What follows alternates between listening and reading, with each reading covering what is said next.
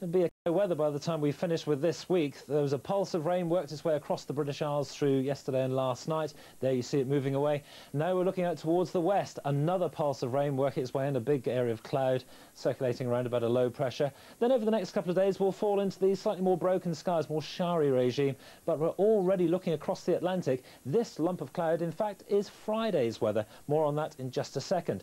All associated with big areas of low pressure. See how they move over the next few days. Close by this area of low pressure, right on through the rest of today and on through to Wednesday and Thursday. Another one for Friday. That's our lump of cloud moving through. And even as we get on towards the weekend, no signs of high pressure.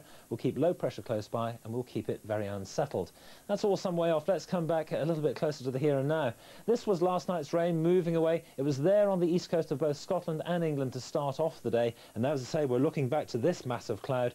And that is only half the story. Cloud and rain, yes, and some wind to come too.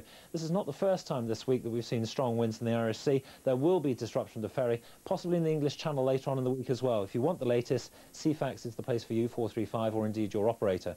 So as we move on through the rest of the afternoon, we'll push this cloud and rain further into Northern Ireland, much of western and southern England, and across Wales too. The best of any brightness will be found across the north of Scotland, perhaps one or two pockets on the eastern side of the Pennines, and perhaps East Anglia. If you keep the sunshine, you could see 19 or 20 degrees.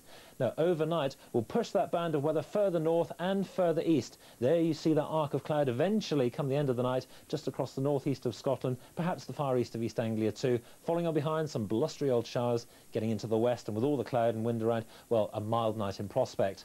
Then as we move on into Wednesday, there you see that arc of cloud just about away, and some showers initially at their heaviest in the west, but then propagating further towards the east as we move on through the day. Could hear the odd rumble of thunder, and generally speaking there'll be a similar sort of feel to the day, with the temperatures again at around about 18 or 19 at their very best. Not a great deal of difference as we move on towards Thursday. Still plenty of showers, and then it's Friday that we're watching for, because that big area of cloud and rain will be with us. There could well be some severe gales, particularly for England and Wales.